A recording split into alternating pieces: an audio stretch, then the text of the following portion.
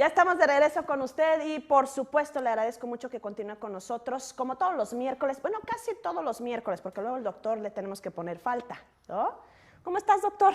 Hola, muy bien. Pues mientras quede por arriba del 80% de asistencia, está bien, ¿no? Esa sí ya me la mató. Pues Sí, sí. así es. No, yo creo que no alcanza usted el 80% de asistencias, ¿eh? Pues en los últimos 2 meses tal vez que no, ¿verdad? No, se me hace Sí, que lo es vamos a cierto. reprobar, doctor. Bueno, ni modo, repetiré el curso. Repite el curso. ¿Cómo estás, doctor? Muy bien, gracias, muy buenos días. Hoy, ¿qué vamos a hablar? Vamos a platicar hoy, si están ustedes de acuerdo, de un síndrome que es el síndrome del hermano menor. ¿Y ese cuál es? ¿Cómo funciona el síndrome del hermano menor? Todos los que hemos pasado por la experiencia de tener hijos entre la adolescencia y la preadolescencia o adolescentes y niños, hemos pasado por la experiencia de por qué a mi hermano sí lo dejas ir a la fiesta y a mí no, por qué a mi hermano sí maneja y yo no, por qué a mi hermano por qué a mi hermana sí la dejas tener novio y a mí no. Y eso es algo recurrente, siempre el hermano menor se queja amargamente de los beneficios que obtiene el hermano mayor. Lo mismo sucede en el contexto de empresa. Y tanto en esta parte del síndrome del hermano menor de es que mi hermano es el consentido, en la empresa también funciona, es que lo que pasa es que tú tienes preferencias por uno, tú tienes preferencias por otro. Y aquí el asunto no es si es cierto que alguien es consentido o no, la cuestión importante es que si lo es, pues a lo mejor se lo ganó. Y si se lo ganó, no quiero decir que lo sea, pero en caso de que lo fuera, se lo ganó. ¿Y cómo se lo ganó? Pues a lo mejor siendo responsable de sus obligaciones laborales, cumpliendo en tiempo, cumpliendo en forma. Y eso pues sobre todo es una cuestión de comprensión de la realidad. ¿Cómo nos encargamos de que el hermano menor entienda que los privilegios se ganan y que todo en la vida tiene un costo, todo en la vida tiene un beneficio? Pues encargándonos de que comprenda la realidad, de que entienda cómo funcionan las cosas. Y eso, pues en gran medida es una cuestión de educación. No quiero decir educación con ir a la escuela, porque luego de repente educación, en alguna ocasión Einstein me parece que fue el que dijo, educación es aquello que queda cuando quitamos todos nuestros grados académicos. Ir a la escuela no es para ser educados, pero es una Sí, sí, sí. cuestión en gran medida de educación. Y si bien es cierto que al gobierno le conviene un pueblo ignorante, porque es más fácil que se pueda controlar, a la empresa no le conviene un conjunto de empleados ignorantes. Y no quiero decir ignorantes con que sepan muchas cosas o que sean una biblioteca andando y que todo lo sepan. No, ese es un concepto equivocado. La ignorancia está relacionada con esa capacidad de comprender cómo funciona el mundo. Y ya puesto en el contexto de una empresa, es tarea y ahí es tarea de todos, no nada más tarea del director, que entendamos cómo funcionan las cosas. Y en cómo funcionan las cosas, pues es qué papel juego yo en esa empresa. Y eso es un trabajo personal.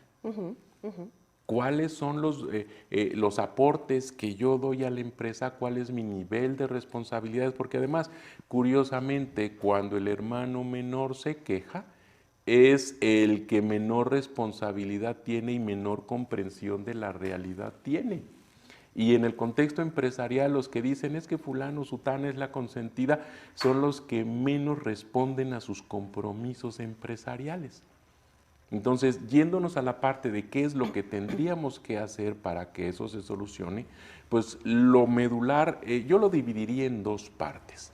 Comprender las circunstancias de mi entorno, cómo está funcionando mi contexto, cómo está funcionando la empresa, los problemas que tiene la empresa, los logros que tiene la empresa, los problemas que tenemos, por ejemplo, en el estado de Michoacán, cómo está funcionando el ambiente económico, las empresas están colapsando, están quebrando, actualmente con sobrevivir es un avance importante.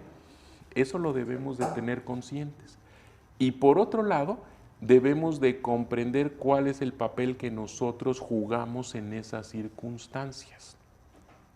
Porque solemos actuar de esa manera de por qué él sí y yo no, en gran medida por un tema de soberbia. de que yo pienso que yo soy igual que todos, que yo soy igual que mi hermano, que yo merezco los mismos beneficios que mi compañero de trabajo, que lleva todo el tiempo trabajando a lo que se dedica. Y entonces solemos ser soberbios. Esa soberbia se acaba cuando yo entiendo cómo funcionan las cosas y el papel que yo juego en el funcionamiento de esas cosas. Entonces llega un momento en el que entendemos pues que trabajar por dinero es prostituir el trabajo. Llega un momento en el que entendemos que nadie es imprescindible y entonces me ubico en que yo cumplo con la empresa en la medida en la que soy capaz de responder a las responsabilidades que me dio la empresa. Así es. Y entonces comenzamos a dejar de quejarnos de los beneficios que unos tienen y otros no. En el mundo todos somos iguales, pero habemos unos más iguales que otros. Entonces, en la empresa las responsabilidades y los privilegios derivados de esas responsabilidades, pues se tienen que ir construyendo poco a poco. Además, tampoco es una cuestión que se haga, porque eso es algo que los recién egresados les da un tiempo lograr comprenderlo. No es algo que se logre en 1 o en 2 años. Eso se construye con una carrera dentro de la empresa y con comprender cómo funcionan muy bien las cosas. Muy bien, doctor. Pues ahí está, hay que hacer el checklist, ¿no? Así también, a ver cómo me siento, cómo me comporto, Es esa parte que a veces nosotros tardamos mucho en comprenderla o se tarda mucho en comprenderla, pero además daña todo el proceso, ¿no? O sea, el engranaje lo va dañando porque, ¿y por qué yo? ¿No? ¿Y por qué lo tengo que hacer yo? ¿Y por qué no lo hace él o ella? Entonces esa parte es lo que lastima y lastima en su empresa, en la industria y también en su empresa personal, que es un asunto que también siempre me gusta mucho recalcar. Y lastima y cansa.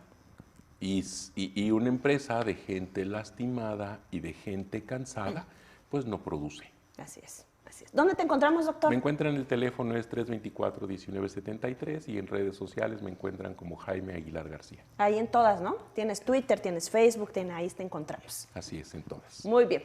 Muchísimas gracias, doctor. Un enorme gusto verte. Gracias, igualmente. Buen día. Ahí está, como todos los miércoles, bueno, con el 80% de las asistencias de los miércoles con el análisis empresarial, industrial, pero sobre todo personal. Yo voy a una pausa, regreso enseguida porque tenemos mucho más, 7:57. Volvemos.